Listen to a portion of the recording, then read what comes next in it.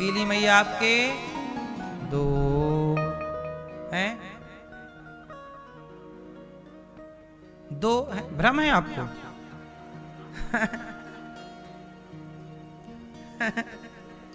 Confirm नहीं है, भ्रम है?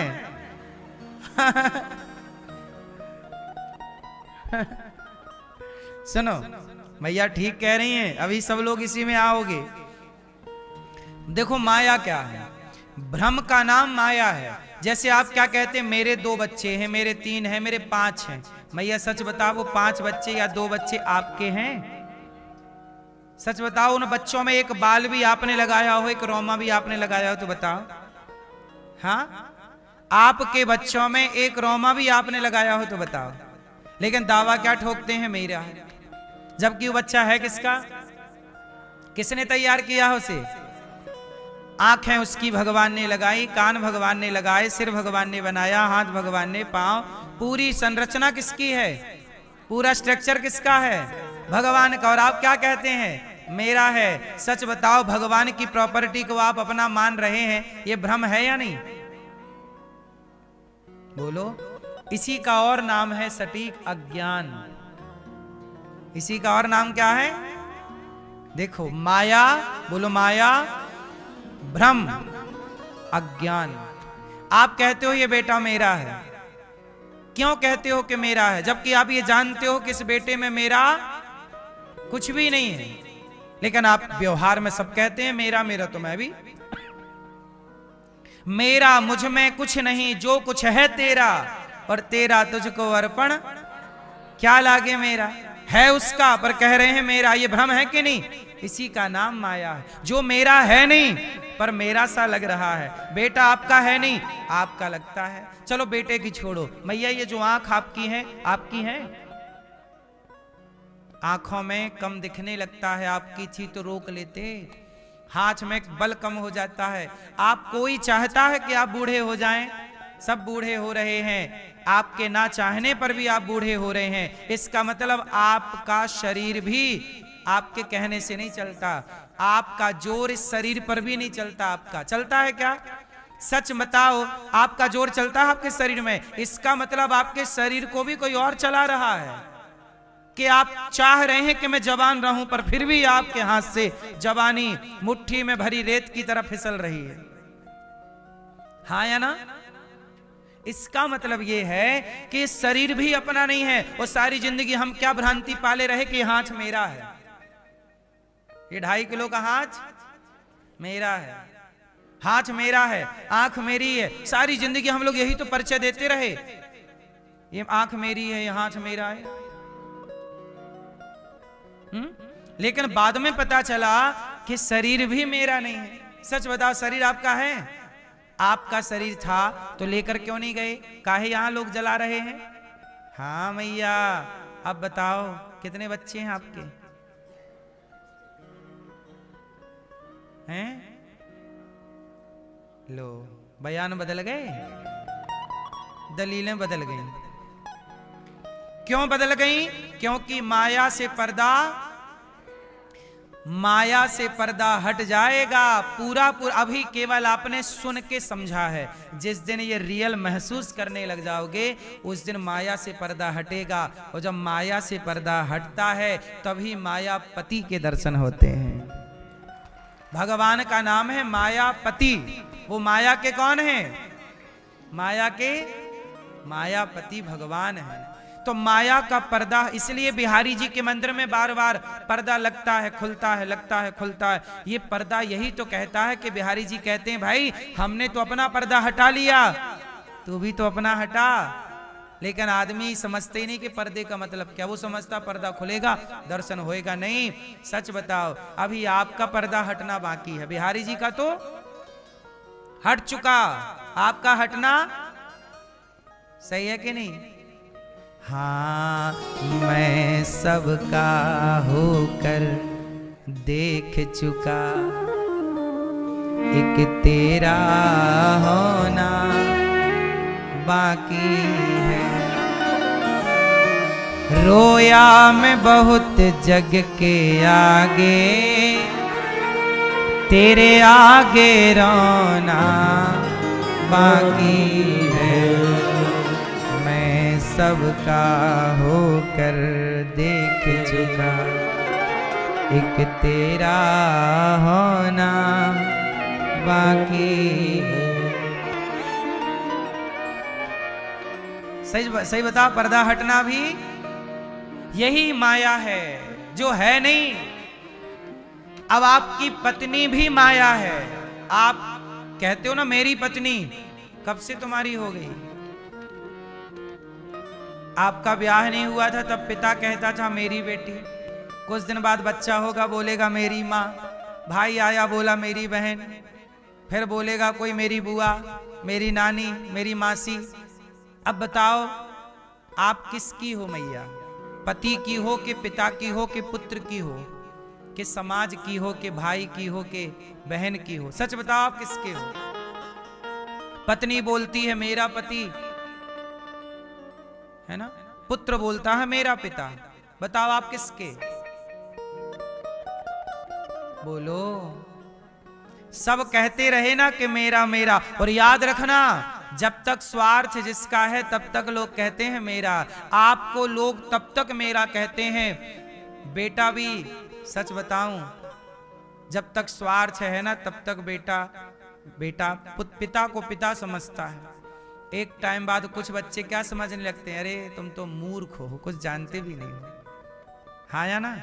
एक टाइम बाद। सबके लिए ये बातें नहीं हैं, पर समाज में कुछ बच्चे ऐसे हमें दिखते हैं जो कहते हैं कि तुम तो कुछ जानते नहीं। जैसे आपको कहते हैं माँ, अरे मैया तुम तो कुछ जानती ही नहीं हो। बोलो हाँ। कई बार बच्चे ये भी कहते हैं तुमने हमारे लिए किया ही क्या है। हाँ या ना? इसका मतलब ये है कि ये दुनिया आपको मुट्ठी भर चाहती है, केवल एक मुट्ठी। और एक मुट्ठी भी इसलिए चाहती है क्योंकि स्वार्थ है। और वो एक मुट्ठी का स्वार्थ जब खत्म हो जाएगा छोड़ देगी। शादी के पहले तक बच्चे का स्वभाव अलग होता है, शादी के बाद बच्चे का स्वभाव माँ बाप के प्रति बदल जाता है। इसे आप नकार सकते हैं? और ये प्रकृति का नियम है, इसे हम बुरा नहीं कह रहे हैं, हम तो केवल हम ये बतला रहे हैं बदलाव। हम ये नहीं कह रहे हैं कि सही है कि गलत, सही गलत पर मोहर नहीं लगा रहे हैं, पर हम ये देखते हैं कि समाज में बदलाव दिखता है। हाँ या ना? जो माँ बाप बहुत जरूरी लगते थे बचपन में, अब वो माँ बाप बिल्कुल भी जरूरी नहीं लगते। ये बात सही है। समय के साथ बदलाव। चिड़िया भी जिन बच्चों के मुंह पे दाना डालती है, जिन बच्चों को बड़ा करती है, जब वो बच्चों के पंख आ जाते हैं तो उड़ जाते हैं। और आपने सुना होगा कि एक बार पिंजरे से उड़ा, एक बार घोंसले से उड़ा पक्षी अपनी मां से दोबारा शायद कभी नहीं मिलता। पता है आपको ये बात? हाँ, जो बीत गए हैं वो जमाने नहीं आते, आते हैं नए लोग पुराने नहीं आते। लकड़ी के मकानों में न चिराग जलाओ, लकड़ी के मकानों में न चिराग जलाओ, वो आग बुझाने भी पड़ोसी नहीं आते, पड़ोसी भी अब आग बुझाने नहीं आते। बरसों हुए पेड़ की शाखाएं हैं सूखी, बरसों हुए पेड़ की शाखाएं हैं सूखी, पंछी भी यहाँ रात बिताने नहीं आते, अब दोस्त भी मिलने के बहाने नहीं आते। समय अच्छा होगा, भरी होगी महफिल, समय बिगड़ जाएगा तो कोई राम राम भी नहीं करता। हाँ या ना? तो ये पूरा सिद्धांत माया का है। पूरा खेल किसका? आप समझ लो कि माया क्या, ये संसार में जो कुछ दिखाई पड़ रहा है सब माया। स्त्री माया, पुरुष माया, परिवार माया। इसलिए माया में रहो, रहना मजबूरी। कहां जाओगे? छोड़कर, इसलिए माया में रहते हुए कीचड़ में, पानी में रहता हुआ कमल पानी कीचड़ से अलग है। माया में रहते हुए माधव में मन लगाए रहिएगा, बस माया कुछ बिगाड़ ना पाएगी। जिनका मन यहाँ लगा है उनका माया कुछ नहीं बिगाड़ती, वरना माया नचाती है मेरी माँ। बूढ़े बूढ़े को भी माया नचा देती है। महाठगनी है ये माया। अजामिल जैसे पापी का संसार में कहते हैं ना, मेरा है मेरा है।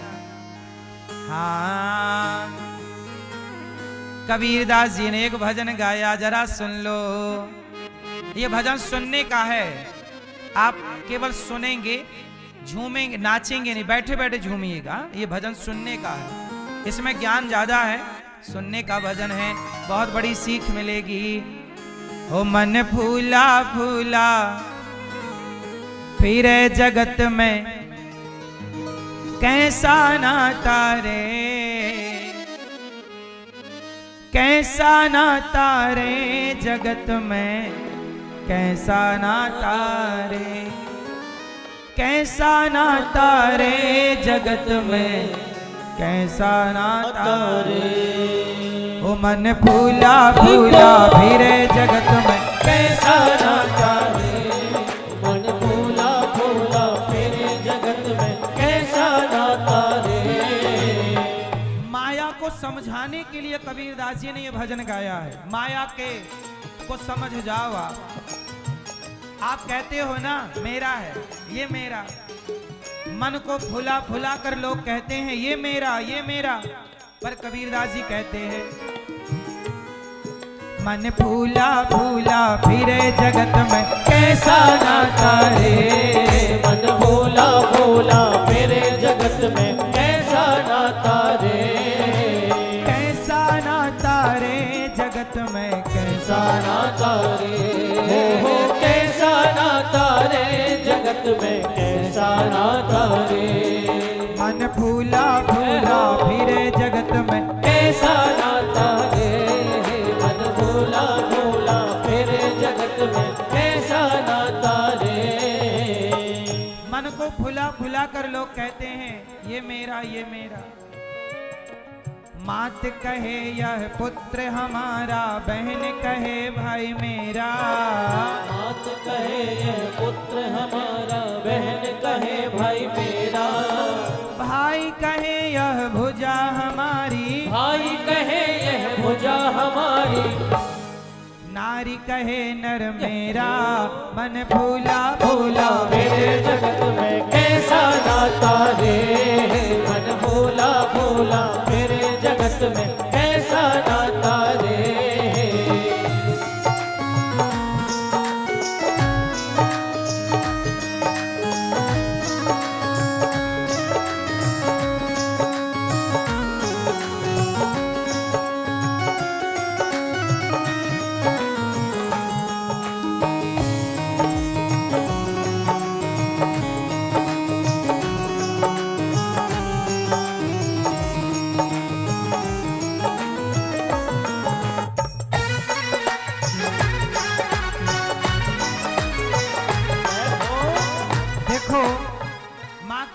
मेरा बेटा, जब तक हम जीवित हैं सब कहते हैं मेरा, और मर जाने के बाद लोग रोते हैं। सच बताओ, आपके मरने के बाद लोग कितने दिन तक रोएंगे? क्यों मैया, जब आप मरेंगे लोग कितने दिन रोएंगे बताओ जरा? 4 दिन, 3? मैया सही 3 दिन रोएंगे लोग। 13 दिन तक पत्नी रोवे, 6 महीना सगो भाई। 13 दिन तक पत्नी रोवे, 6 महीना सग भाई। पत्नी 13 दिन तक रोती है, कबीरदास जी कह रहे हैं। और पत्नी मर जाए तो पति कितने दिन रोएगा?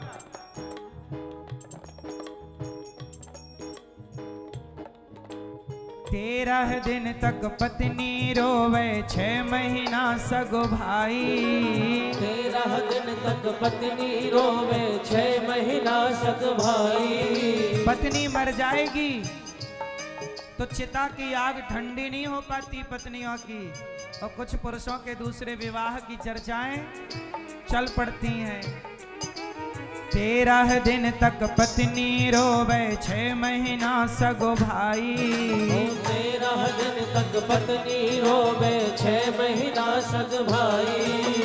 जन्म जन्म तक माता रोवे, जन्म जन्म तक माता रोवे। हंस अकेला जाई, मन भूला भूला मेरे जगत में कैसा नाता रे।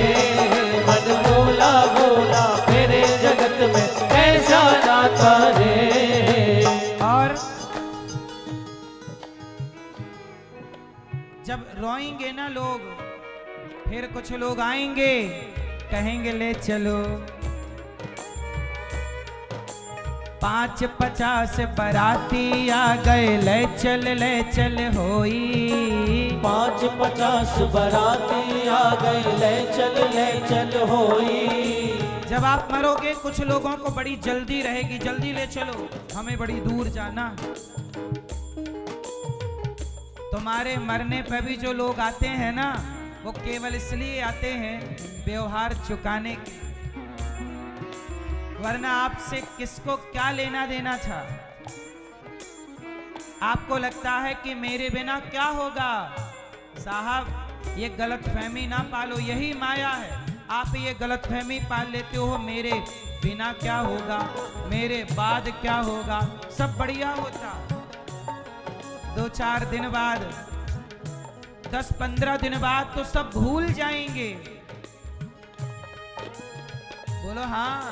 और हम इस गलतफहमी में कि हमारे बाद क्या होगा, हम नहीं थे तो भी सब ठीक हो रहा था, हम नहीं रहेंगे तो भी ठीक होगा। 5-50 बराती आ गए, ले चल होई। 5-50 बराती आ गए, ले चल होई। कहत कबीर सुनो भाई साधो, कहत कबीर सुनो भाई साधो। जागत सबकी होई, मन भूला भूला मेरे जगत में कैसा नाता रे।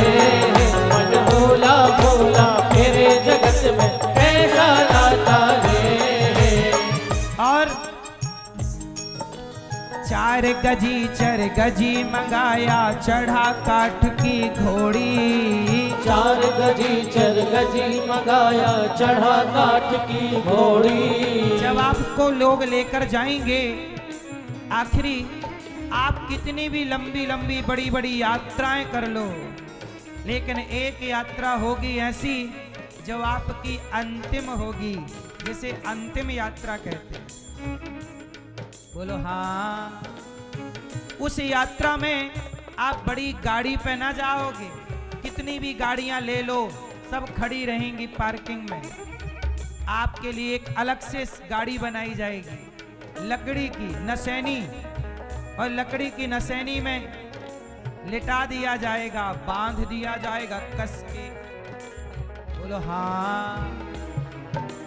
4 गजी 4 गजी मंगाया, चढ़ा काठ की घोड़ी। जब आपका विवाह हुआ था ना, तो घोड़ी में चढ़ के गए थे, और जब मरोगे तो वहां भी बाराती थे, यहां भी बाराती है। वहां घोड़ी थी, यहां लकड़ी की घोड़ी है। लकड़ी की घोड़ी अर्थी, कबीरदास जी उसे घोड़ी संज्ञा दे रहे हैं। 4 गजी 4 गजी मंगाया, चढ़ा काठ की घोड़ी। 4 गजी 4 गजी मंगाया, चढ़ा काठ की घोड़ी। चारों कोने ले जाके चिता पे रखेंगे। बड़े महंगे गद्दों में सोते थे साहब, अब तो अर्थी चिता पर सो रहे हो, मोटी मोटी लकड़ी रख दी गई, और ऐसे जलाया जाएगा जैसे होली जल रही है। 4 गजी चर गजी मंगाया, चढ़ा काठ की घोड़ी। 4 गजी चर गजी मंगाया, चढ़ा काठ की घोड़ी। चारों कोने आग लगा दियो, चारों कोने आग लगा दियो। फूक दियो जस होरी, मन फूला फूला मेरे जगत में कैसा नाता रे। मन फूला फूला मेरे जगत में कैसा नाता रे। और जला दिया। जिस शरीर को लेके बड़ा घमंड था, गाड़ी बंगले को लेके घमंड था, सब धरा रह गया कि नहीं? सब धरा है, शरीर जल रहा है। कभी शमशान गए हो? चिता पे जलते हुए मुर्दे को देखा करो, एक दिन हमें भी ऐसे ही जलना है। हाड़ जले जस लाकड़ी, हड्डी कैसे जलेगी आपकी? लकड़ी की तरह। हाड़ जले जस लाकड़ी, केस जले जस घासा। हाड़ जले जस लाकड़ी, केस जले जस घासा। सोने जैसी काया जल गई, सोने जैसी काया जल गई। को न आयो पासा, मन फूला फूला मेरे जगत में कैसा नाता रे। मन फूला फूला मेरे जगत में कैसा नाता रे। कोई नहीं आया। हाँ, जल गए। एक बात बताओ, जिन लोगों के लिए आप लड़ते रहे, जिन लोगों के लिए पाप कर कर के कमाते रहे, वो सारे लोग आज आपको शमशान में छोड़ने आए। बोलो हाँ कि ना? जब आप चिता पे जल रहे थे, तभी आपको ऐसा लगेगा कि किसी ने आपका हाथ पकड़ लिया। जब आपने पलट कर देखा तो वो हाथ भगवान का था। आपने भगवान की ओर देखा और आप रोने लगे। भगवान बोले, अब क्यों रो रहा है? मैं आ तो गया। तब आप कहोगे कि प्रभु, जिनके लिए सारी जिंदगी दी, 24 घंटे दिए, वो शमशान में छोड़ने आए हैं, और जिन्हें कभी 2 मिनट भी प्यार से याद ना किया, आज वो हमें लेने के लिए आए हुए हैं। जिन्हें आप भूल गए, वो भगवान लेने आए हैं, और जिनके लिए सारी जिंदगी गवाई, वो शमशान में छोड़ने आए हैं, और आपको जलता हुआ छोड़ के चले जाएंगे। अब बताओ क्या बचा? देह समा गया। सुनो, क्या बचा आपका? मिट्टी चुन चुन घर ये बनाया, कहता था घर मेरा। मिट्टी चुन चुन घर ये बनाया, कहता था घर मेरा। तेरा है ना मेरा है, या तेरा है ना मेरा है चिड़ियों का बसेरा। मन भूला भूला मेरे जगत में कैसा नाता रे। मन भूला भूला मेरे जगत में कैसा नाता रे। जिन महलों के लिए कभी लड़ाई झगड़े थे, आज वो महल देख लो खंडहर बने पड़े। बोलो हाँ। कितने महल महाराष्ट्र में है, पुराने खंडहर पड़े हैं। महल मतलब किला। उस जमाने के किले महाराष्ट्र में, मध्य प्रदेश में, राजस्थान में, भारत के कोने कोने में देखो किले मिलेंगे आपको। वो किले जिनमें कभी राजा महाराजा रहा करते थे, आज उस किले में चमगादड़ लटक रही है। बोलो हाँ। मिट्टी चुन चुन घर ये बनाया, कहता था घर मेरा। चुन चुन घर ये बनाया, कहता था घर मेरा। तेरा है ना मेरा है, यह तेरा है ना मेरा है यह चिड़ियों का बसेरा मन भूला भूला मेरे जगत में कैसा नाता रे, मन भूला भूला मेरे जगत में कैसा नाता रे। ये हो गया कबीरदास जी का भजन पूरा। लेकिन इसके आगे एक लाइन, एक अंतरा ये दास अनिरुद्ध ने भी लिखा है, तो जो ये दास ने लिखा है वो सुनिएगा। देह समा गया आग के मुख में, बचा न कुछ भी तेरा। देह समा गया आग के मुख में, बचा न कुछ भी तेरा। देह समा गया आग के मुख में, बचा न कुछ भी तेरा। देह समा गया आग के मुख में, बचा न कुछ भी तेरा। पुण्य कमाई किया जो तूने, पुण्य कमाई किया जो तूने, वही बचा अब तेरा। मन भूला भूला मेरे जगत में कैसा नाता रे, मन भूला भूला मेरे जगत में कैसा नाता रे। मन भूला भूला मेरे जगत में कैसा नाता रे, मन भूला भूला मेरे जगत में कैसा नाता रे।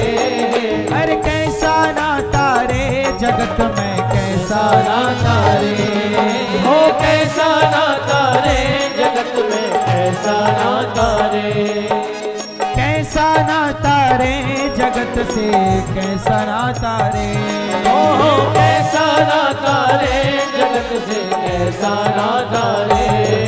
मन भूला भूला फिरे जगत में कैसा नाता रे, मन भूला भूला मेरे जगत में कैसा नाता रे। मन भूला भूला मेरे जगत में कैसा नाता रे, मन भूला भूला मेरे जगत में कैसा नाता रे। मेरी माँ इसलिए नाता जगत से नहीं, जगन्नाथ से मीराबाई बोली, मेरे तो गिरधर गोपाल, दूसरों ना माया नहीं माधव। बड़े से बड़े पापी तर गए, राजा रहुगण को दिव्य ज्ञान दिया भरत जी ने और उनका उद्धार हुआ। अजामिल की कथा कहती है कि भगवान का नाम ना छोड़िए। एक बार वृत्तासुर का उद्धार इंद्र के हाथों हुआ और वृत्तासुर भगवत धाम चले गए। भगवान के परम भक्त हुए हैं प्रहलाद जी। हम प्रहलाद जी का चरित्र सुने और फिर भगवान के देखो जीवन का सार क्या है। भगवत सेवा, भगवत प्रेम, भगवत भक्ति। इसलिए कहता हूं खाओ पर किसी को खिला करके खाओ। जीवन में थोड़ा थोड़ा पुण्य रोज किया करो। ये शरीर माया से बना है, ये शरीर में हाथ मेरा नहीं है। माया में जो मेरा नहीं है वही तो माया है। ये शरीर मेरा नहीं है, याद रखना, शरीर मेरा नहीं है पर शरीर के द्वारा किया गया पुण्य मेरा ही है। शरीर के द्वारा किया गया पुण्य शरीर मेरा नहीं है भैया, पर शरीर से जो पाप हुए हैं और जो पुण्य हुए हैं वो किसके हैं? वो आपके हैं और वो आपको ही अवश्यमेव भोक्तव्यम कृतम कर्म शुभाशुभम, वो आपको भोगने पड़ेंगे। इसलिए मेरी माँ जीवन में पुण्य करना चाहिए। गौरी गोपाल आश्रम में ये दास अनिरुद्ध कोशिश करता है कि पाप कुछ ना हो। मैं 24 घंटे आप मेरा रूटीन देख लीजिए, दिन रात देख लीजिए, मैं अपनी वाणी से मैं जान कर कभी कोई पाप नहीं करता। धोखे से हो जाए, किसी चीटी पे पांव रख जाए, कोई धोखे से कोई बात ऐसी निकल जाए जिससे आपका दिल दुख जाए, वो अलग विषय है। पर जानकर मैं पाप से डरता हूं। मैं किससे डरता हूं? सुनो, राम जी को भी डर लगता है। किससे? हैं? पाप से। पाप से डरा करो। पाप से डरोगे तो पाप से बचोगे। जो पाप से नहीं डरता वो पाप से नहीं बचता। अब देखो ना, पाप से मुझे डर लगता है, इसलिए जितना भी पुण्य का कार्य है, ये दास अनिरुद्ध कोशिश करता है कि पुण्य ही पुण्य हो इस शरीर से, पाप ना हो ना मेरी माँ। एक बात समझो ना, मैं ये एक बात बताओ, बकरा जब मरता है ना तो उसका चमड़ा काम आता है तबले और ढोलक में। बकरे का चमड़ा ढोलक तबले में काम आता है। ऊंट मरता है तो उसका चमड़ा बेल्ट जूते बनाने में काम आता है। शेर का चमड़ा काम आता है, हिरन का चमड़ा काम आता है। एक दिन मैं बैठा सोचा कि मैं मरूंगा तो मेरे चमड़े का तो जूता भी नहीं बनेगा। क्यों? आपके चमड़े का बन जाएगा?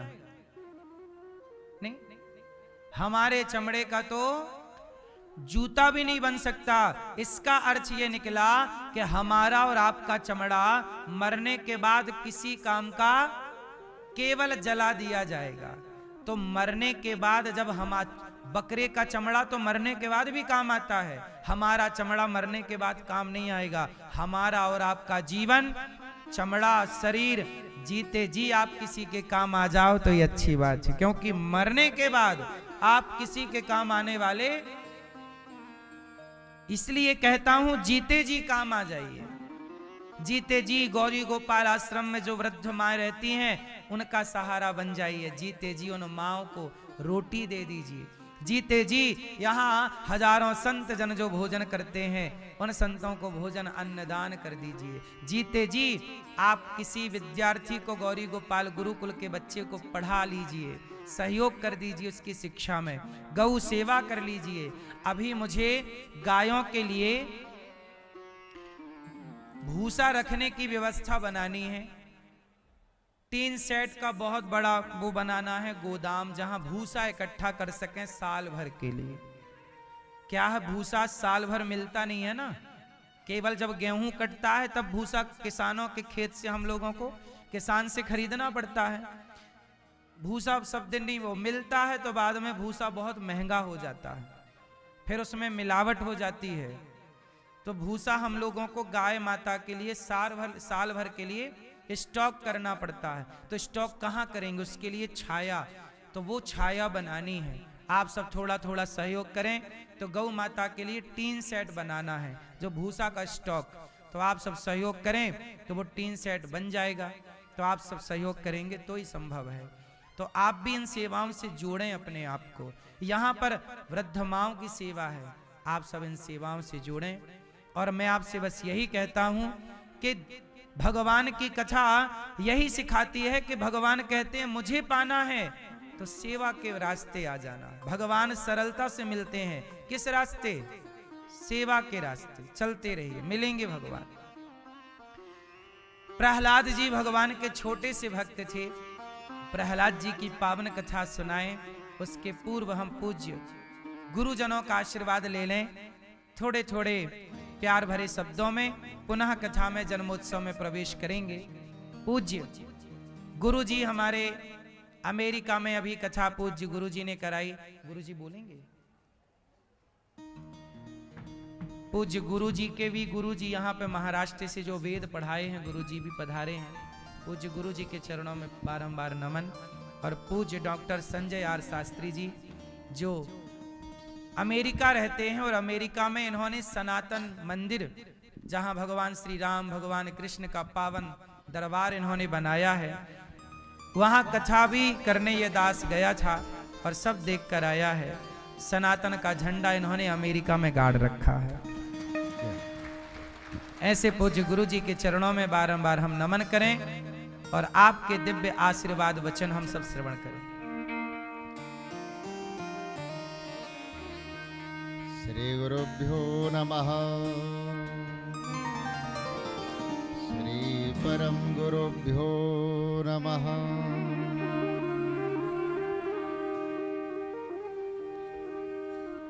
नारायणं पद्मभवं वसिष्ठं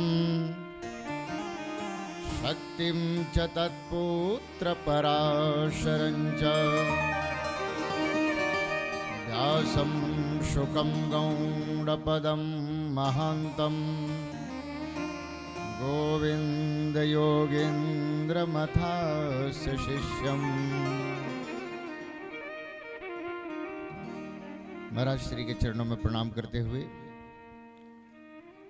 भागवत महापुराण को प्रणाम करते हुए और आज के जो यजमान परिवार है और इस सभागार में जितने भी भगवान के भक्त उपस्थित हैं, आप सभी के हृदय में उपस्थित आत्मा को प्रणाम करते हुए,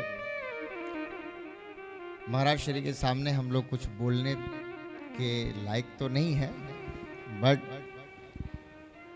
आपकी बड़ी कृपा है कि आप इतने बड़े पद पर होकर भी हम जैसे छोटे लोगों का भी इतना सम्मान देते हैं। इस बात के लिए महाराज जी के लिए जोरदार तालियों से हम लोग पहले स्वागत करें। जब भी हम आए, आप इतने सम्मान से, इतने प्यार से आप मुझे बुलाते हैं। मैं उस सम्मान और प्रेम के कारण अपने आप को धन्य मानता हूं कि आप इस लायक मुझे समझते हैं। इस बात के लिए फिर से आपको प्रणाम करता हूं। और विशेष मैं कुछ नहीं कहूंगा, लेकिन एक बात आप लोगों को जरूर कहूंगा। महाराज जी ने एक शब्द कही है कि परमात्मा को पाना है तो परिवार से परमात्मा की यात्रा करिए। लेकिन परिवार से परमात्मा की यात्रा में जो महाराज जी कर रहे हैं, इनका पूरा इंटायर जो फैमिली है,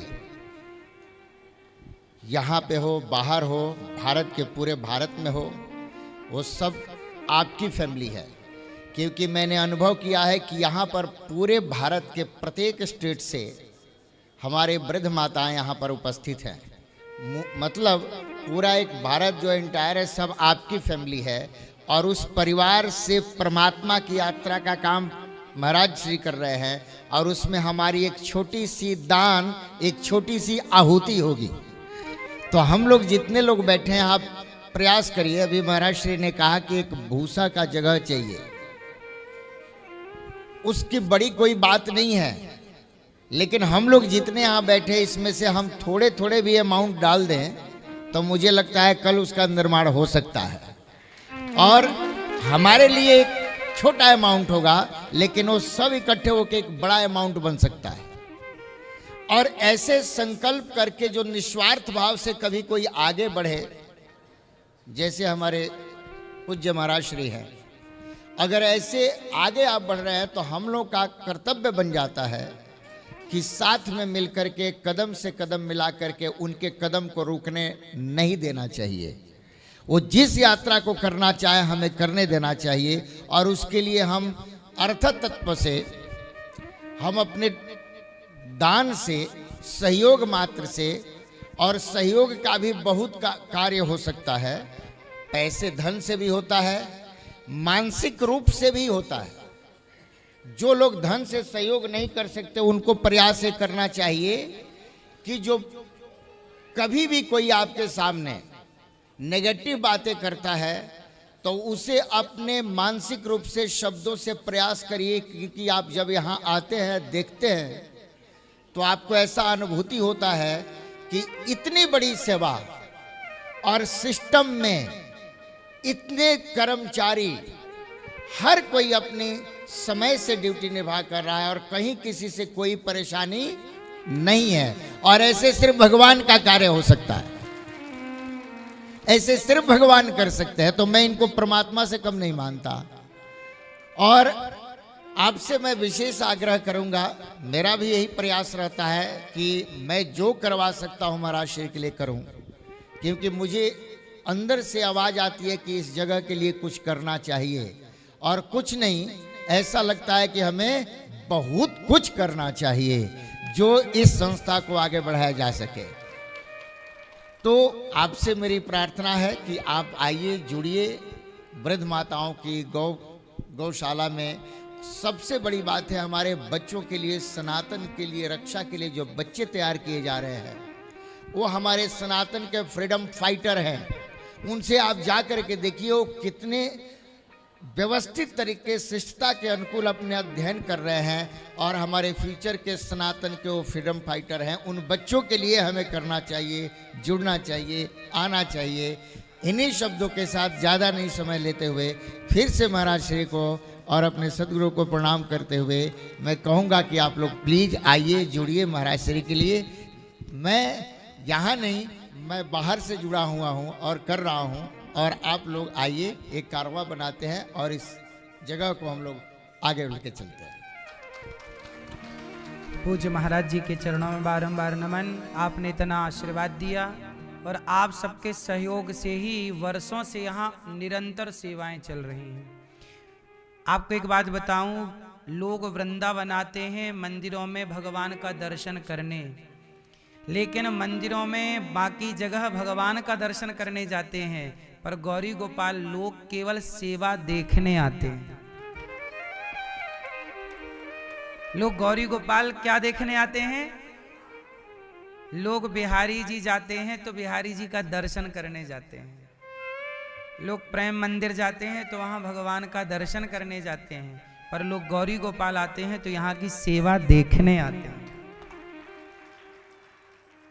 समझ रहे हैं? लोग दर्शन भगवान का तब सफल है जब आपने दर्शन के बाद सेवा की हो। और एक बात बताओ, शबरी माता को राम क्यों मिले? क्योंकि शबरी ने मतंग ऋषि की, गुरु जी की सेवा की। बिना सेवा किए किसी को भगवान मिले हो तो बताओ। लक्ष्मण जी ने क्या की? राम जी की। हनुमान जी कौन है? राम जी के सेवक हैं। सबसे सेवक धर्म कठोरा। सबसे कठिन काम क्या है इस धरती में? सबसे कठिन काम सेवा है। इसलिए कठिन काम कोई नहीं करता। वृद्ध माओ के चरण दबाना दुनिया को, आज गौरी गोपाल से पहले किसी को आपने इस तरह वृद्ध माओ के सम्मान करते चरण दबाते देखा है? हाँ या ना? अब कोई कितनी भी गालियां हमें दे, अपमान करे, लेकिन आज तक अनिरुद्धाचार्य ने जब वृद्ध माओ के चरण दबाने स्टार्ट किए तो बहुत सारे बच्चों को लगा कि हमें भी अपनी अपनी माओ के पांव दबाने चाहिए। और याद रखना, लोग कहते हैं जातवाद की दीवार तोड़ो, कहते हैं कि नहीं? नेता लोग कहते हैं जातवाद की दीवार तोड़ो। लोग केवल बातें करते हैं कि तोड़ो। हमने तो कहकर नहीं, करके दिखाया कि गौरी गोपाल में जो माताएं रहती हैं वो हर जात हर समाज की हैं। और गौरी गोपाल में आज तक मैंने किसी माँ से नहीं पूछा कि तुम्हारी जात क्या है, किस समाज से हो। सबके पांव दबाकर सेवा की। कुछ माँ ब्राह्मण माँ है, कुछ माँ क्षत्रिय माँ है, कुछ माँ वैश्य माँ है, कुछ माँ शूद्र माँ है। सभी माँओं की, चारों वर्णों की माँओं की सेवा करता हूं बिना भेदभाव के। सबके लिए एक सी व्यवस्था है, एक सा भोजन है, एक सा नाश्ता है। बताइए ये जातवाद की दीवार तोड़ना है या नहीं? एक अखंड भारत का निर्माण की शुरुआत है या नहीं? और सुनो, गौरी गोपाल जी की रसोई चलती है, एक लाइन में लगकर सब लोग भोजन करते हैं। उसी लाइन में ब्राह्मण होता है, उसी लाइन में क्षत्रिय, उसी लाइन में वैश्य, उसी लाइन में शूद्र, और सब एक पंक्ति में बिना भेदभाव के सबको एक सा व्यवस्थित भोजन मिल रहा है। एक सी व्यवस्था सबको मिल रही है। हाँ या ना? ये समाज में समरसता का इससे बड़ा उदाहरण क्या हो सकता है? समाज की अखंडता और एकता का इससे बड़ा उदाहरण कहां? कोई यहां भेदभाव कहां? बताइए, गौरी गोपाल में आपको कोई भेदभाव, ऊंच नीच, छुआछूत दिखा? यहां सब भगवान के बन के रहते हैं। हाँ या ना? यहां कोई भेद नहीं है। जहां नेताओं का कानून चलता है वहां भेदभाव दिखता है, लेकिन जहां गौरी गोपाल भगवान का कानून है वहां एक प्रेम से सब लोग एक छाया में रह के प्रेम। अब देखो, कथा में भी यहां सब बैठे हैं, सब बैठे हैं। जब भूख लगे तो जाके खाओ, प्यास लगे पानी पियाओ, आके प्रेम से बैठ जाओ। किसी को कोई रोक टोक नहीं। गौरी गोपाल ऐसा है जहां दरवाजा नहीं है। किसी भी माँ के कमरे में आप जाके पूछ लो कि क्या सेवा है, क्या व्यवस्था। जो बता रहे हैं, जो दिखा रहे हैं, वो सत्य है कि असत्य है? पारदर्शिता। क्या है ये? पारदर्शिता। कोई संशय ना हो कि हमारा दिया हुआ सहयोग सही जगह लग रहा है कि गलत जगह। हाँ या ना? इसलिए कहता हूं कि ये सारा कार्य भगवान देख रहे हैं। गौरी गोपाल में आप भोजन जाके चेक करना, जो रसोई भक्तों को भोजन बंटता है, सब भक्तों को बासमती चावल बंटता है। ये सारी बातें बताने की नहीं है, फिर भी जब दुनिया आरोप लगाती है तो फिर बताना पड़ता कि भाई तुम आरोप लगा रहे हो। पर यहाँ की व्यवस्थाएं, गौरी गोपाल आश्रम में जो भोजन बन रहा है ना मेरी माँ, भोजन बनाने वाले 80 लोगों की टीम है। कितने लोग भोजन बनाते हैं? दिन रात की टीम है, दिन की अलग। और 1 लाख रोटियां रोज बनती हैं गौरी गोपाल में, और हर रोटी में घी लगता है। चेक कर लीजिए। चावल जाके चेक करिए, बासमती का चावल है। दाल जाके चेक करिए, आपके घर पे इतनी गाढ़ी दाल शायद बनती हो जितनी गाढ़ी दाल यहाँ हमेशा बनती है। सबके लिए दाल है, सब्जी है, चावल है, रोटी है। यह भोजन बाजार में खरीदोगे तो 100 रुपए में भी इस क्वालिटी का नहीं मिलेगा। आप ट्राई कर सकते हैं। और यहां सबको फ्री में मिल रहा है। ये जनता जनार्दन की सेवा क्यों है? क्योंकि मेरे मन में भाव ये है कि आपके रूप में भगवान ही आते हैं गौरी गोपाल भोग लगाने। मानव की नर सेवा ही नारायण सेवा है। नर सेवा क्या है? मुझे ऐसा नहीं लगता कि मैया भोजन कर रही हैं, मुझे ऐसा नहीं लगता कि भैया भोजन कर रहे हैं, मुझे ऐसा लगता है मैया भैया के रूप में लक्ष्मी नारायण भोजन पा रहे हैं, सीताराम जी भोजन। ना जाने किस रूप में नारायण मिल जाए। ये सेवा का भाव है। पैसे से रोटी खरीद सकते हो आप, पर ये जो भाव है ना मेरा सेवा का, देखो बाजार में 40 रुपया किलो का भी मैया चावल मिलता है। मैं चाहूं तो भंडारे में 40 रुपया किलो वाला चावल परोसूं, कौन बोलने वाला है? लेकिन सच बताऊं, आप चेक कर लेना, जिस क्वालिटी का चावल यहाँ है बाजार में, ये चावल 80-85 रुपए किलो का चावल है।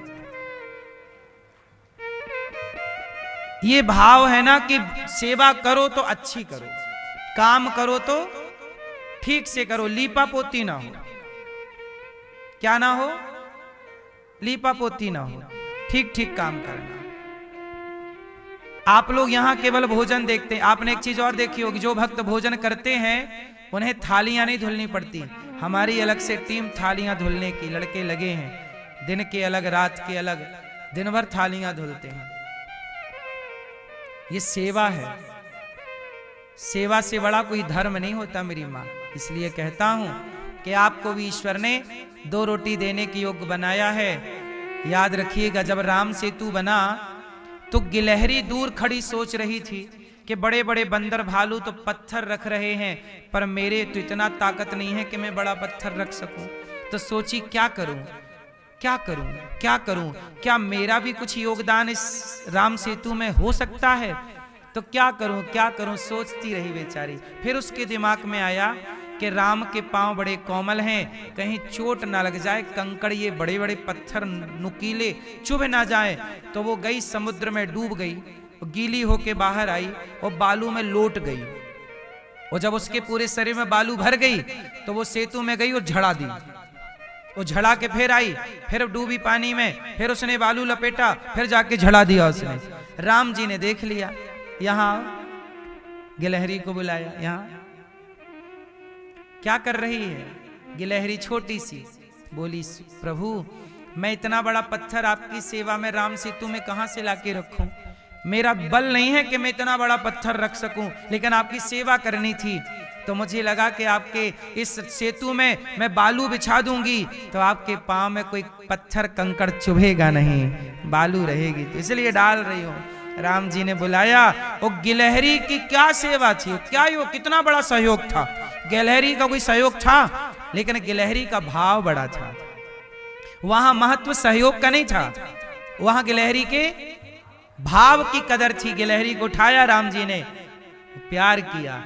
आज भी गिलहरी के हाथ पर उंगलियों के, गिलहरी के ऊपर राम जी की उंगलियों के व्हाइट कलर के निशान है। मैं अमेरिका गया, वहां भी गिलहरी देखी, लेकिन वहां की गिलहरी में उंगलियों के निशान नहीं दिखे मुझे।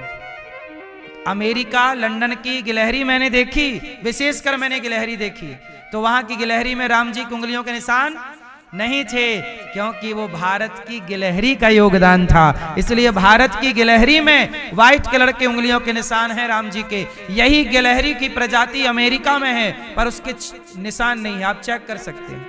मैं अपनी आंखों से देखा हूं। गुरु जी खुश इस बात के, इनके घर के पास दिन भर गिलहरी घूमती है।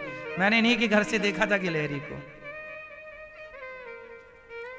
और जब मैंने गिलहरी देखा तो मैंने गुरु जी को बताया, देखिए इसमें राम जी की उंगलियों के निशान नहीं है। और यही हाल लंदन की गिलहरी का भी था। वहां भी मैंने गिलहरी देखी, पर वहां राम जी की उंगलियों के निशान, वो 3 धारियां नहीं थी उसके ऊपर, प्लेन थी, एक सी व्हाइट लेंस नहीं थी। कहने का तात्पर्य यह है कि गिलहरी का योगदान बड़ा नहीं था, मुट्ठी भर बालू थी, पर भाव बड़ा था। बस मेरी मां, आपका 1 रुपए भी वह धन की महत्ता नहीं है, आपके सहयोग के भाव की महिमा है। कि आपका भाव है और आप सबके सहयोग से ये सेवाएं चल रही हैं। सोचिए गौरी गोपाल में आप जनता जनार्दन के थोड़े थोड़े सहयोग से कार्य होता है। कोई 100 रुपए देता है, कोई 50 रुपए, कोई 10 रुपए, कोई 1000 रुपए, कोई 5000, जिसकी जो सामर्थ्य अनुसार लोग सहयोग करते। इसी से कोई ऐसा नहीं है कि किसी ने आके 10-20 लाख रुपए दे दिए, ऐसा नहीं है। 10-5 रुपए के सहयोग से सब सेवाएं चलती हैं। नीति और नियत यदि अच्छी है, मेरा तो भाव ये है कि जो भी आता है सेवा में लग जाता है। इसलिए आपसे निवेदन है, प्रार्थना है, गौरी गोपाल आश्रम में 400 गैया है। गैया दिनों दिन बढ़ रही है, नंदी भी बढ़ते हैं। गौरी गोपाल में नंदीशाला भी देखा आपने, नंदी है और अच्छे नंदी हैं। वरना गायों की सेवा तो फिर भी लोग कर लेते, नंदियों को छोड़ देते हैं, पर ये नंदी भी यहाँ पर गौरी गोपाल गौशाला में। कहाँ जाए नंदी? नंदियों को छोड़ेंगे तो कसाई जाके काट देगा। गायों की हत्या कम है, नंदियों की हत्या ज्यादा है। गौवंश में नंदी ज्यादा काटे जाते हैं, हाँ या ना? गाय को तो फिर भी दूध के लालच से लोग रखते हैं, पर नंदी इसलिए गौरी गोपाल में नंदी भी सुरक्षित है। आप भी नंदियों को, गायों को 1 रोटी का दान करना। हमारी गौशाला में कुछ गाय ऐसी हैं जो जन्म से अंधी हैं, तो वो अंधी, एक बैल है वो भी अंधा है, गाय भी एक अंधी है, नहीं दिखता, रहती है सुरक्षित। सारी गाय दूध नहीं देती, बिना दूध वाली हैं, बूढ़ी हैं, जिसने बच्चा देना बंद कर दिया, सब रहती है। गौ माता की यही सेवा है। दूध के लालच से गाय की सेवा नहीं हो सकती, निष्काम भाव होता है तब गौ माता की सेवा हो सकती है। आपसे मेरी विनती है, गौ सेवा के लिए वृद्ध माएँ, यहाँ पे हजारों संत भोजन करते हैं। एक दिन का संत सहयोग आप किस कर सकते हैं कि आपकी ओर से आज का संतों को भोजन हो। यहाँ हजारों संत आप देखते हैं सवेरे सवेरे ये रोटी बटती है। एक दिन का नक्षत्र आप करवा सकते हैं और आप भी बड़ी बड़ी सेवाओं से अपने आप को जोड़ सकते हैं। अखंड रसोई चलती है, उससे अपने आप को जोड़ लें। यहाँ वृद्ध माओं को नाश्ता, भोजन, दवाई जो आपसे बने, कल का भोजन वृद्ध माओं को आप दे सकते हैं। 310 वृद्ध माएँ हैं, आपने कल सुना वृद्ध माओं को। रोज कोई ना कोई माँ आती रहती हैं। इन माओं के लिए ये पूरा आश्रम समर्पित है। आप समझते हैं आपके घर में कितने लोग हैं? 5 लोग, 10 लोग। आप सारी जिंदगी 5-10 लोगों के लिए कमाते हैं। हमें ज्यादा मेहनत करनी पड़ती है, ज्यादा काम करना पड़ता है। आपका परिवार 5 लोगों का है, हमारा तो पूरा भारत ही, जहां जहां सनातनी है सब पूरा परिवार ही है। मैं जहां जहां जाता हूं, मेरी एक माँ नहीं है, मेरी हजारों नहीं करोड़ों भारत में हर सनातनी के घर में एक जो माँ है वो मेरी ही माँ है। हर माँ मुझे अपने पुत्र की तरह प्यार करती है। आपके घरों में भी आपकी बूढ़ी माँ मुझे प्यार करती है बेटे की तरह। मैं अमेरिका गया तो वहाँ बूढ़ी बूढ़ी माँ ने मुझे गले लगा लिया, बेटा तुम अच्छे आ गए, तुम आए। तो मुझे जहां जाता हूं वहां वृद्ध माओं का आशीर्वाद। सच बताऊं, मैंने एक दिन कहा था कि जो लोग मुझे गालियां देते हैं, मेरी आलोचना निंदा करते हैं, वो भी मेरे जैसा बेटा चाहते हैं, वो भी पुत्र मेरे जैसा ही चाहते हैं, पर गालियां भले दे रहे हैं। लेकिन कल यहां पर एक संत जी आ गए, मतलब संत जी वो पहले ना टीवी पे जा जाके न्यूज चैनल पे मेरी बुराई करते थे। मुझे उल्टा सीधा बोल आरोप लगाते रहते थे। लेकिन कल जब वो आए संयोग से, कल की बात है कि परसों की, कल गए थे न्यूज में हम, कल ही वो, कल न्यूज में, न्यूज चैनल पर वो मेरे अगेंस्ट बात कर रहे थे, विरोध में। ये पूज्य महाराज जी टीवी पे आप देख सकते हैं, बड़े बड़े न्यूज चैनलों में जाके पहले अगेंस्ट बात करते थे। लेकिन और कल भी न्यूज में इन्होंने अगेंस्ट ही बात की, लेकिन जब वो यहाँ आए और यहाँ वृद्ध माओं की सेवा कल की, ये कल का चित्र है, और जब कल सेवा देखी यहाँ वृद्ध माओं की अन्न क्षेत्र की, तो इनकी आंखों में आंसू आ गए। और उन्होंने क्या कहा, बोले गौरी गोपाल के लिए, अनिरुद्धाचार्य के लिए कुछ भी गलत कहना सबसे बड़ा पाप है, ऐसा इन्होंने कहा। जो टीवी पे बैठकर स्वयं आलोचना करते रहते थे, लेकिन जब यहाँ आए तो उन्होंने कहा कि बड़ी गलती हुई, हमसे क्षमा कीजिएगा। हमने कहा सोचिए, जो हमें गालियां देते हैं, जो हमारी आलोचना करते हैं, हम उन्हें भी बुला बुला के सम्मान देते हैं। हम कभी किसी का अपमान नहीं करते, किसी का अपमान नहीं करते। जो हमें गालियां देते हैं वो भी मिल जाए तो